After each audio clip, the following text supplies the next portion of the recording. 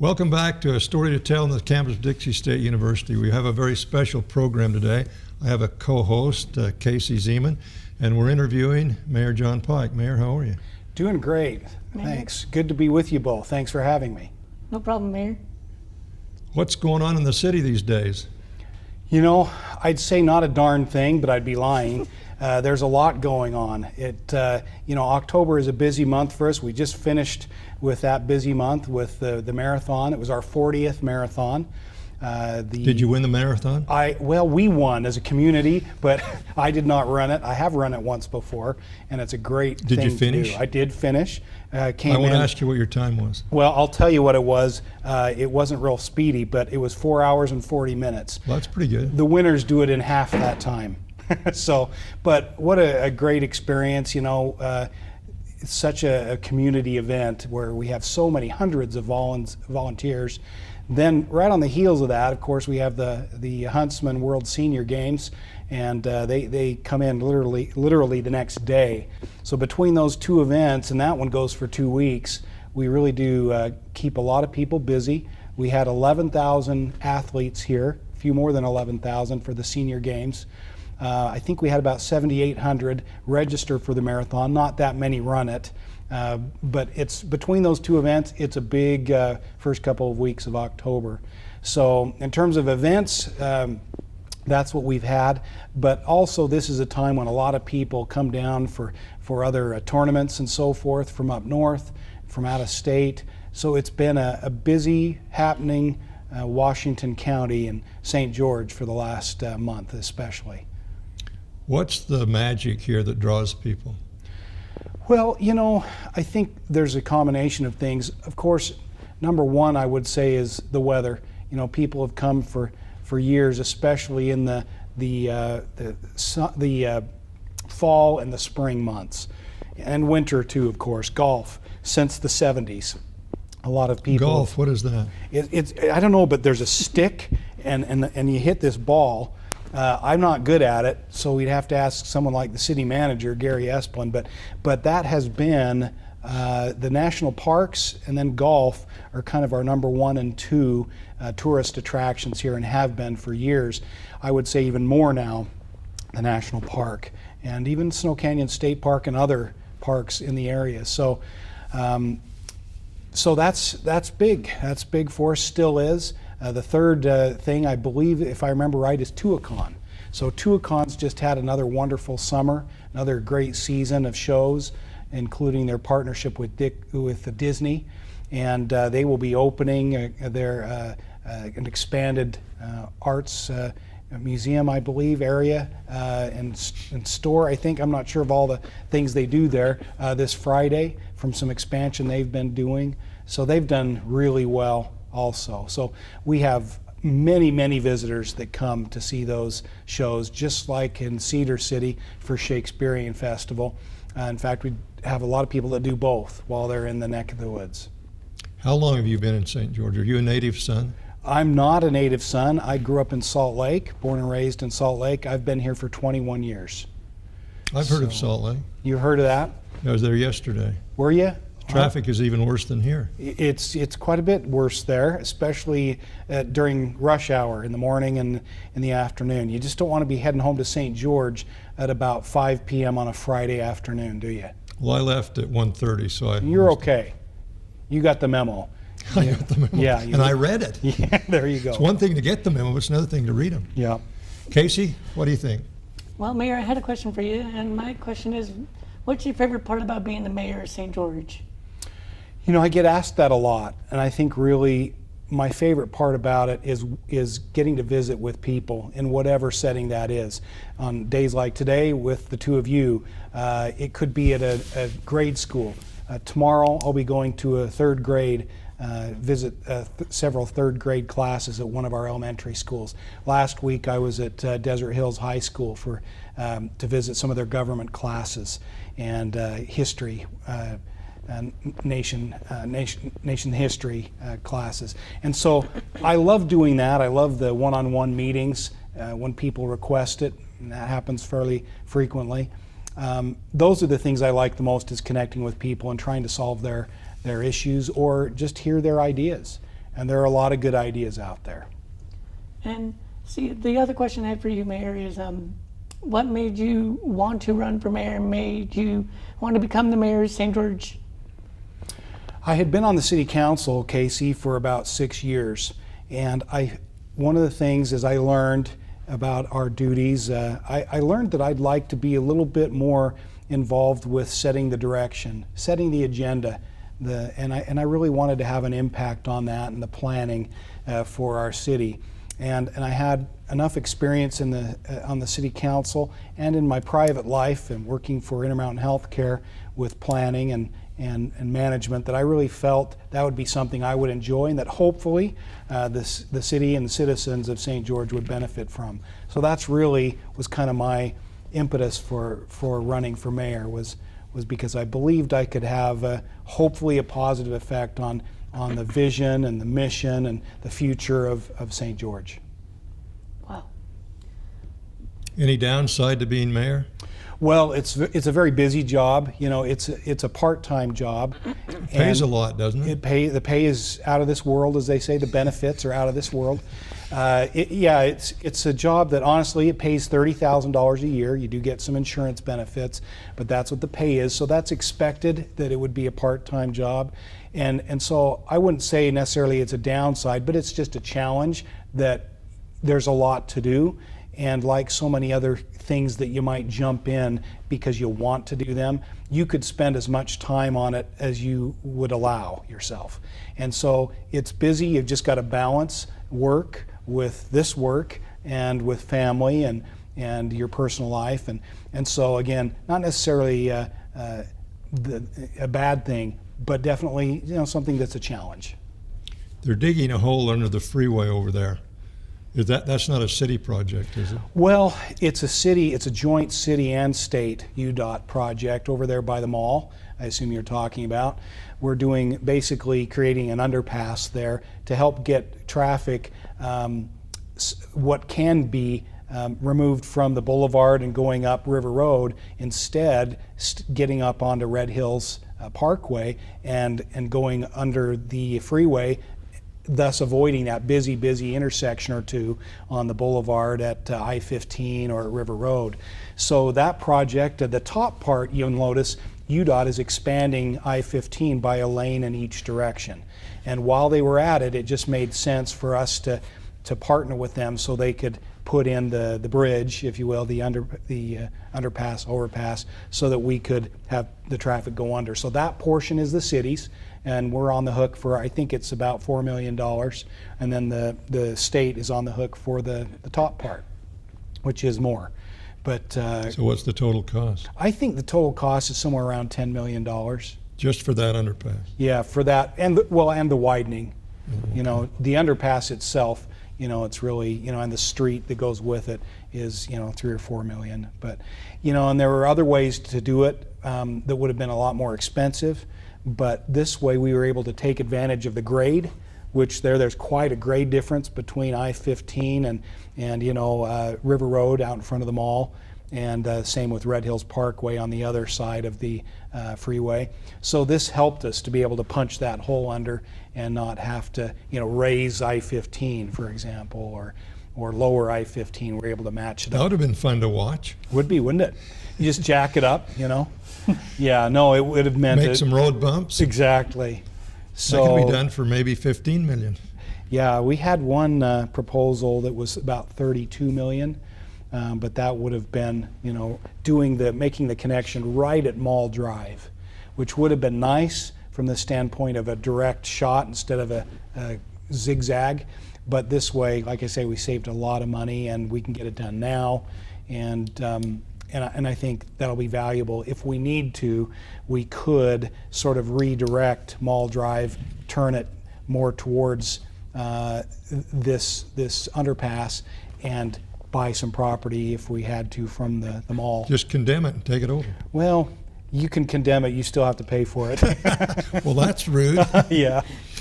What's the total budget for the city? Well, there's kind of a trick question or trick answer. The general fund, which is what we deal with most of our activities, is about $65 million. And the total, though, which includes what we call enterprise funds, which are things such as the power and water departments and so forth, that totals closer to 200 million when it all is together. And again, that depends too. Some years it's more if you've got a big project going on, like when we were building the airport, then it was quite a bit more. But you know, when we have our own power company, Is it making a profit? yes, just enough so we try to target it so we have a cushion for when we need to do big things, big projects. But you know, it's not like we have, you know, tens of millions of dollars in there. In fact, we a couple of years ago bought a $50 million gas generator that is essentially a Boeing 747 jet engine. And what it does For is $50 million bucks? for almost $50 million for the whole plant, not just for the engine. So you take Questar natural gas, and that's what the engine runs on, and you turn it into electricity. And that really helps us, especially in the summer. We now have two of those jet engines, gas generation power plants that help us, especially in the summer when we have the peak highest needs for electricity. So you got to have, you know, at least enough in terms of rates to generate the revenue to pay your bond payments. So I don't think it was quite 50 million, but it was about 45, 50, 48. 45, 60, close enough for government work. Yep, and you're starting to talk real money, aren't you? Yeah, I guess. What else is on the docket for the city? You know, we have an exciting project that's just about to start that the city's involved with. It's not really our project, but right in the heart of downtown on the corner of Main Street and the Boulevard, there will be a new project called City View. And PEG Development is the project owner, if you will. They're doing this development right on the corner next to Bear Paw. There will be a new boutique hotel with about 60 rooms. And next to that, there will be a 4-story building that will have retail on the first floor, the ground level, and then 3 levels of apartments. And then another building through the block, just off Tabernacle, that will also retail or office on the ground floor, 3 stories of apartments. About 110 apartments altogether. And so the idea there is to create more of a what we call mixed use development, where you have people live who would like to perhaps work and play downtown, and shop downtown. So it's a thing that's worked well in other cities to kind of vitalize or revitalize their downtown.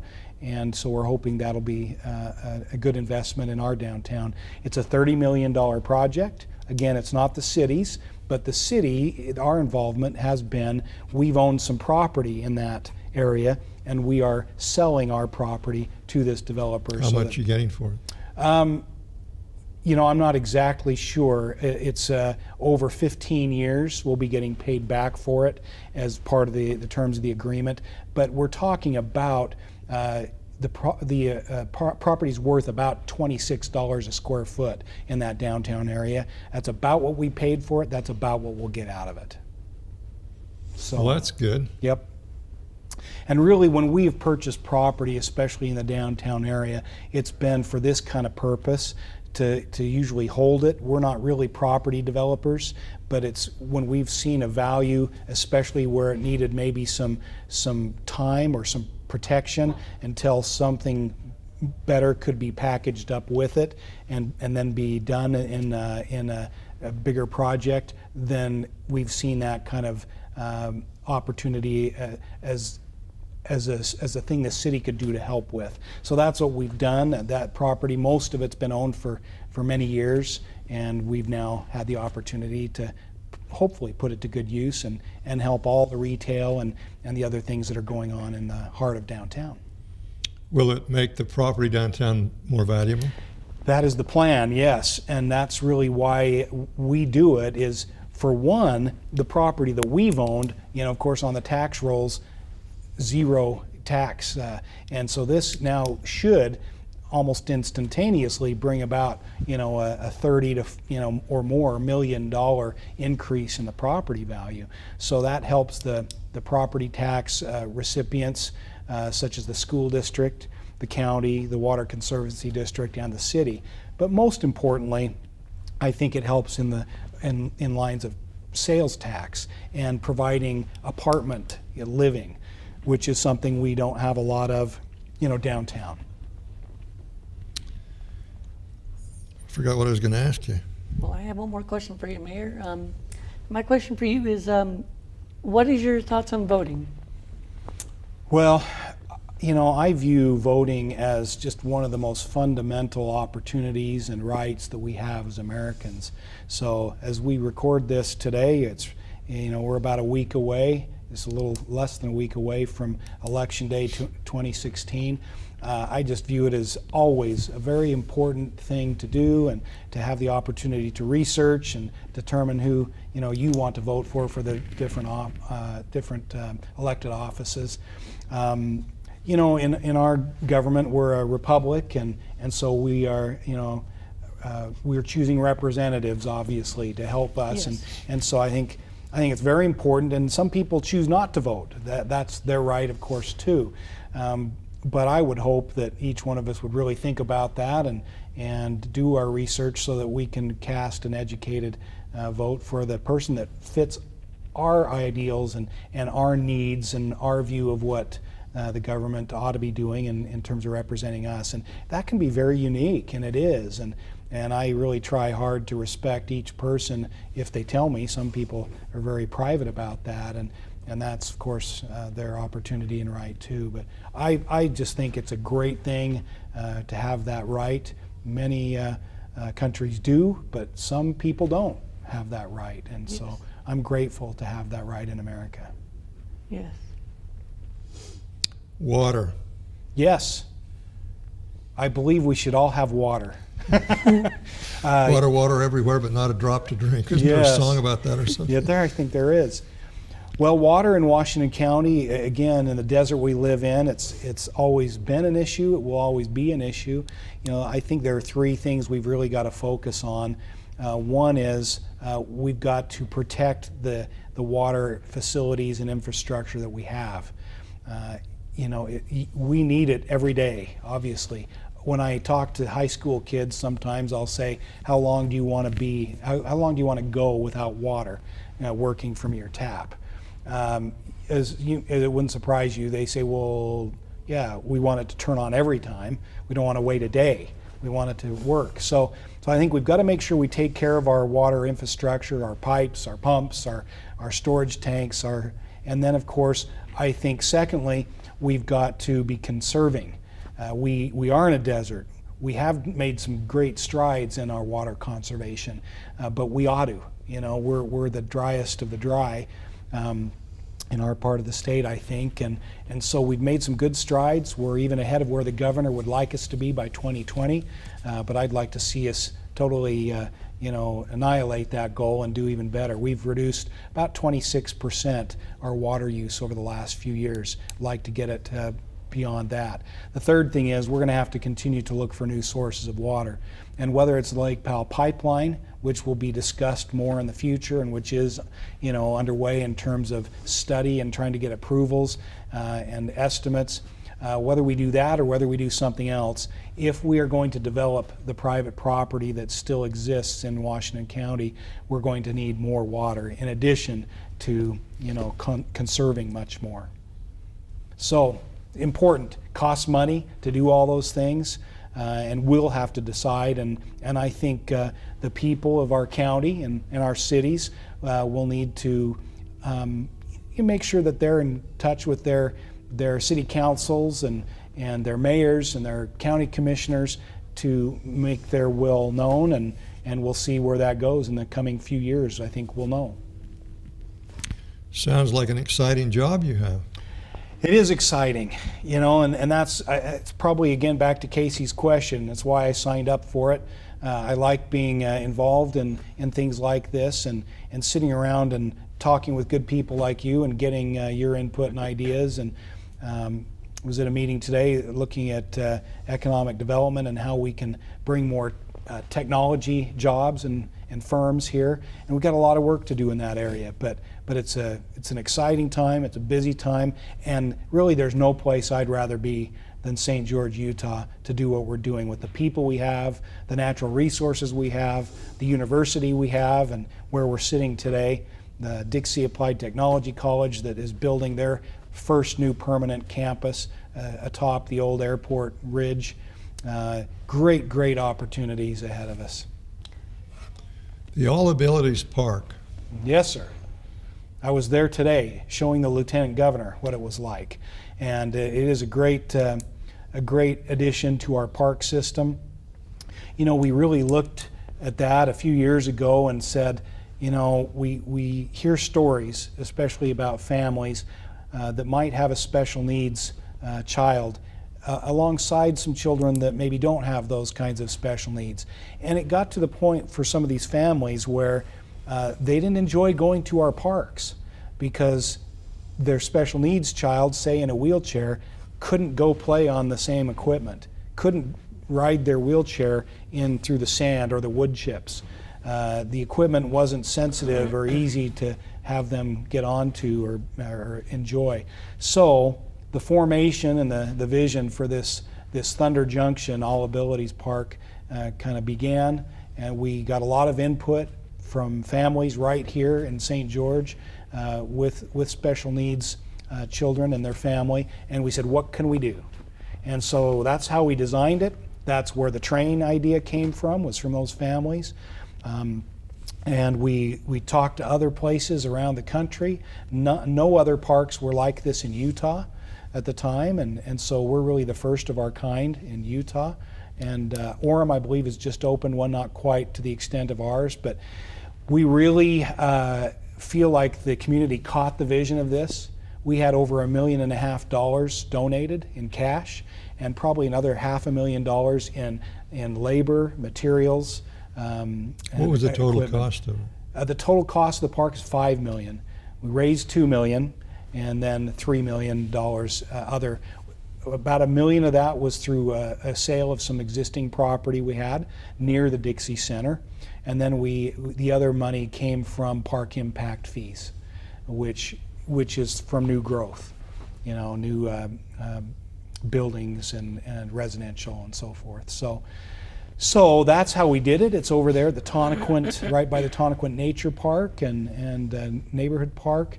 It's been a great success. We opened it on October 8th, and we've had about 25,000 rides on the train so far. It's been 25,000? Yes. Wow. It's all completed and ready to go? It's all open, ready to go, has been for now, you know, getting close to a month. And so it's open every day as a park. The train is open Monday through Saturday. And, you know, we'll see how the seasonal aspect of this goes. It probably won't be open quite as much during the colder season. But it's a great thing. And we also are pleased with some of our employees there that happen to have some special needs themselves. And that was, we thought, a part of the process and the park to really to have it be complete, was to have some people that maybe had some of those challenges themselves to be able to work there and help others enjoy the park. So it's a great place to be. I hope you have a chance to be there and go there with your friends and family. Yes. What if you don't have any friends? Your family doesn't like you? I'm your friend. I'll go with you, Lane. Well, Mayor, one more question for me. John, my question for you is the housing and homeless. The switch point that we have here in St. George, I know that's a great place, but what is your thoughts on housing and the homeless and how we can help the homeless people? Well, about 2 years ago, we got involved as a city directly in the homeless shelter situation, and switch point as a concept was originated. Carol Hollowell, who was really the energy and the the designer, if you will, of this concept, had the idea of what we would call a community resource center that is more than simply a homeless shelter, an emergency shelter, but that had other resources there, like the State Department of Workforce Services to help people with their training and with job placement and so forth, like medical and mental health services that, while maybe not performed there, we had a linkage there. Even help with the state to get connected to get your Utah ID or driver's license. Just a number of resources that could be there, and after coming into the facility and being